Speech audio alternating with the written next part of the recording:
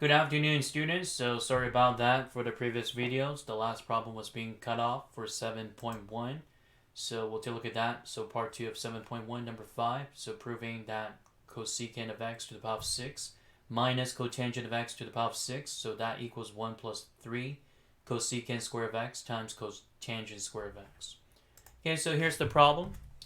So you might be wondering, how do we get started off with this? Well, the way to get started, so you want to rewrite it first. So this one could be written as either square to the power of 3 or to the power of 3 and then square, depends on which way that you want. Okay, so power of power goes back to algebra 1, power of another power. So basically you just multiply the exponent. So what I prefer to do with this one here, I would like to start it with cosecant square of x and then raise up to the power of 3. And the same thing happened with that cotangent square of x and then raise up to the power of 3. Well, obviously the right hand side would be the simplest form. And then one thing that you probably want to find out here, so let's say let A equals cosecant square of x and then B equals cotangent square of x. So try to use that as substitutions strategy. So this one would be easier to factor. So we got A cubed minus B cubed. Okay. So this one rewrite, then substitute.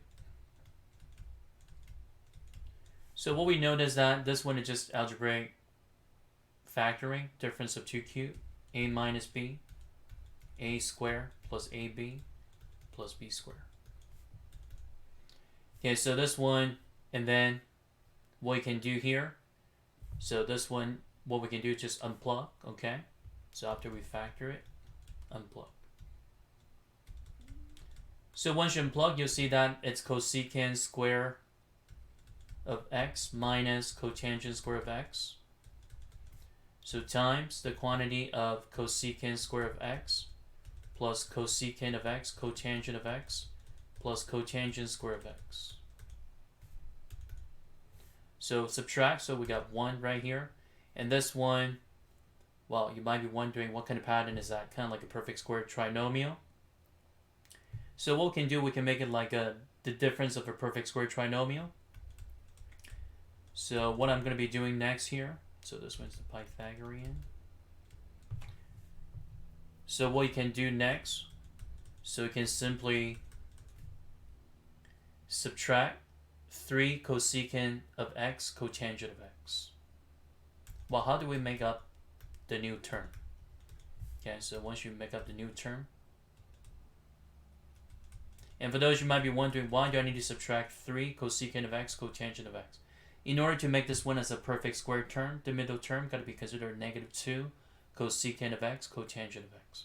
So whatever the new term that you make up here,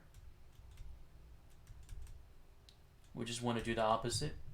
Add it, 3 cosecant of x plus times cotangent of x. Okay, so combine this together. So we do have cosecant square of x minus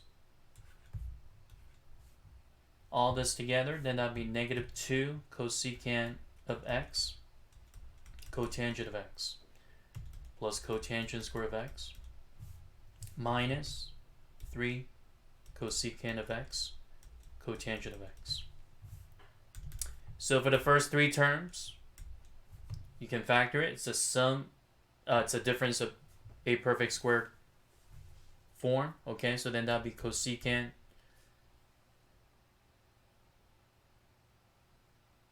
well, let's see right here. Oh, one thing that I forgot here. Once you substitute, so this one's square, square, so it's to the 4th power, to the 4th power. And this one is square and square. Okay, so to the 4th power, square, and then to the 4th power. So this one you're supposed to subtract 3 cosecant square of x, cotangent square of x, and then add 3 cosecant square of x, cotangent square of x. Again, this one to the 4th power, because that's a square and square in the middle, and then to the 4th power. So basically what we found, so this one, once you factor, so it's cosecant square of x minus cotangent square of x, quantity to the power of 2.